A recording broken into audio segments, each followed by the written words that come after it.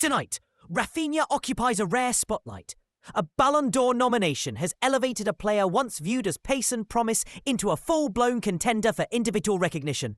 And that shift tells us a lot about both him and Barcelona right now. He arrived with raw athleticism, flair, and a hint of unpredictability.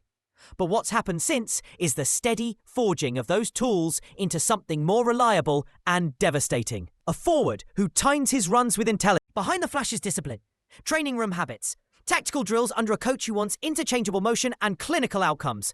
Hansi Flick has shaped a front line that expects movement, rotation, and high-tempo decisions.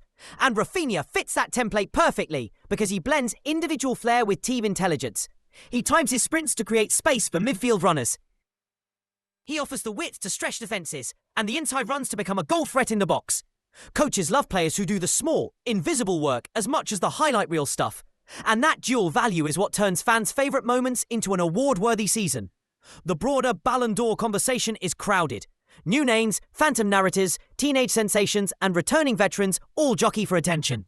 But Raphinha's case is rooted in consistency and influence. He may not always grab the flashiest headline. We're sides and sons, so we'll finish there. Yet the matches in which Barcelona look most dangerous are often those where he is quietly imposing himself. An assist that arrives exactly when pressure builds, a dribble that forces a foul and the chance, a composed finish when chaos surrounds him. Those moments add up, and they change outcomes.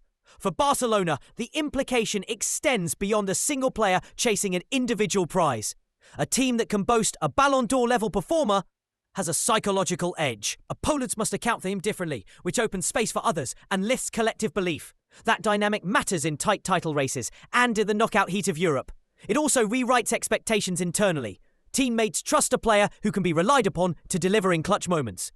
At club level, the nomination also validates the recruitment and coaching processes, a reminder that measured signings and tactical clarity can produce stars without blockbuster price tags. On the flip side, this recognition brings pressure. Award talk breeds headlines, and headlines create extra marking, increased physical attention from rivals, and a narrative that can either motivate or weigh a player down. What will define Raphinha's season now is how he balances that pressure with his daily work, remaining sharp on simple decisions, keeping his finishing efficient, and staying available through form and fitness across a long campaign. Practically, what should fans watch? Look for how he performs in the biggest fixtures against stubborn defences, whether he sustains his threat across consecutive matches, and how he contributes in moments when Barcelona need a breakthrough of creativity or composure. Watch also for how opponents adjust. If they double-team him, does he pull an extra defender and free up space for a teammate? Does he remain the player who can make a decisive pass as often as a decisive run?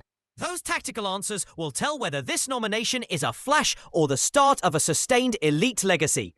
In the end, the Ballon d'Or ceremony will hand out hardware and headlines. But the immediate story is more useful and urgent. A player who has transformed expectations. A manager whose system is taking shape. And a club whose season can be lifted by one man's willingness to be better every day. If you want to understand why this nomination matters, then watch the next few matches closely. They will show whether Raphinha's rise was a momentary shock or the beginning of something much bigger for Barcelona and for him.